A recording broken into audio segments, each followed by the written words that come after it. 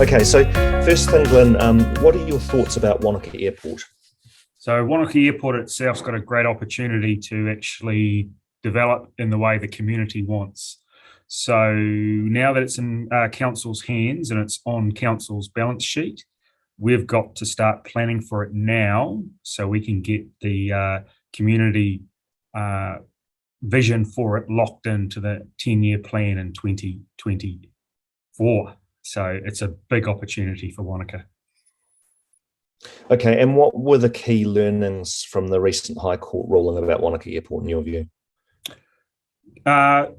Consult genuinely with the community and be upfront really with what the council meant with their language. I think there was a disconnect with the community in that space early on. Oh geez, we got 4 years ago when it happened. I think it was just before the previous triennium.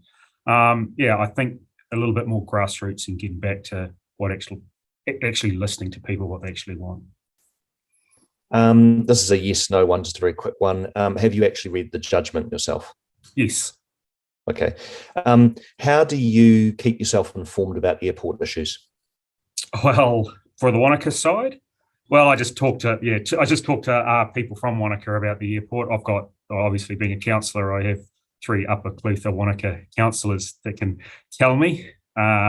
Myself, living in Frankton, I've obviously got the QAC right next door to where I live, so I can, and being a Frankton Community Association chair and committee member, I think I'm pretty well informed when it comes to the airport here.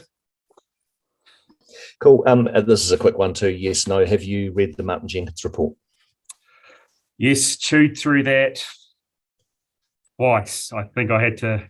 It's a big document to digest. Great. So, who do you believe should actually determine the future of Wānaka Airport? Wanaka and the Upper Clutha. Pretty simple.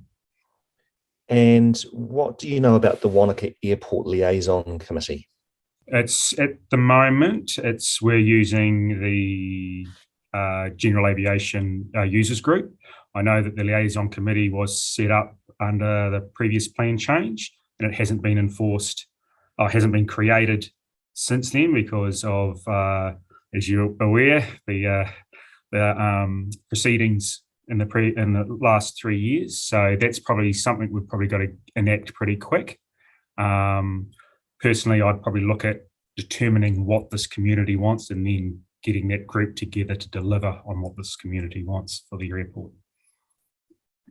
Okay, so the next question was to tell you about the district plan, the fact that it's in there, and to ask you whether you'd promote and support the establishment of such a committee. I think you've probably just answered that, but I'll say, will you promote and support the establishment? Yes, certainly, because loud and clear, Wanaka want to have a say in the Wanaka Airport. So I just feel that if we can work out in the next 12 months what the community really wants, then that liaison committee can come along and actually, then they'll have a framework to build on. And then we can choose the right people to build on that framework. And just in terms of the issues, what do you see as the key sort of issues or considerations that drive the airport's future? Airport's future, I think for Wanaka, it's going to be organic growth, as in for GA pilot training, like to see NASA back there, actually get a balloon up in the air. So a more boutique type of arrangement, more air services, even looking at air medicine, something like just explore different options.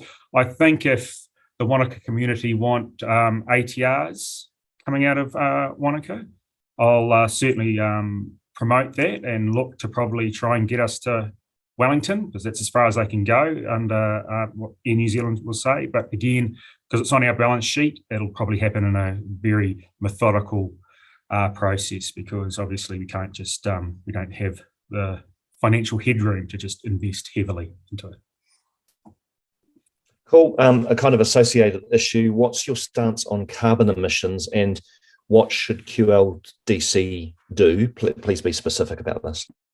QLDC, we've got to really start embedding climate change and carbon emission processes into our decision making, and that's looking at life cycle analysis.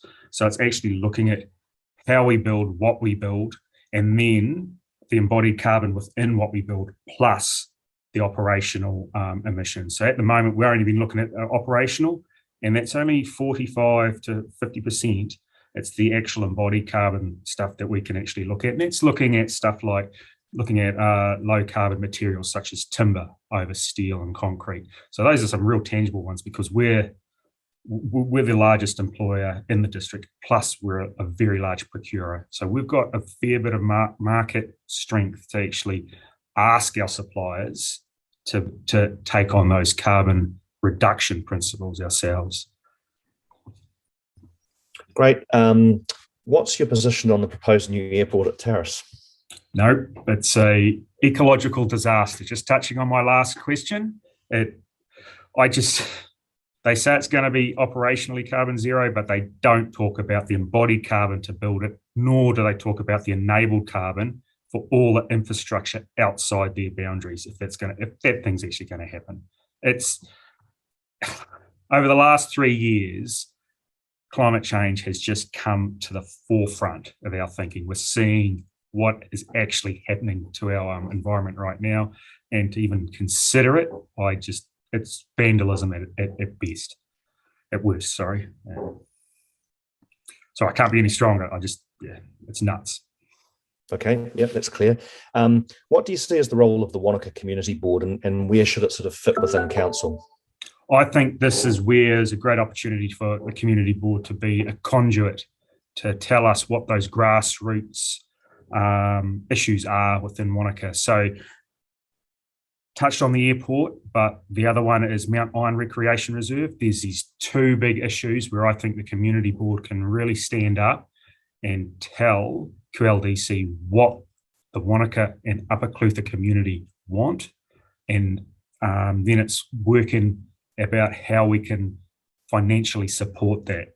So two big issues in the next 12 months. So if I'm lucky enough to be elected mayor, they're going to be very busy. Great. And I said there'd be 10 questions, but there's an 11th one, which is a bonus final question. Yep. Giving you roughly 1 minute just to address the people of Wanaka, to talk about whatever you want. Just, what's your key message to all of us in Wanaka?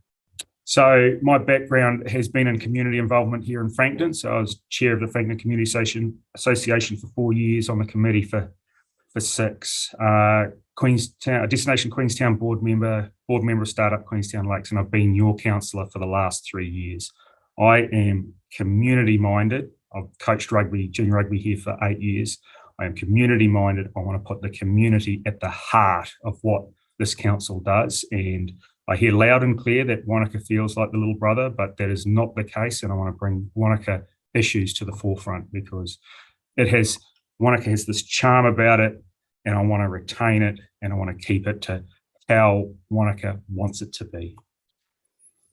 That's it. Thank you, Mark.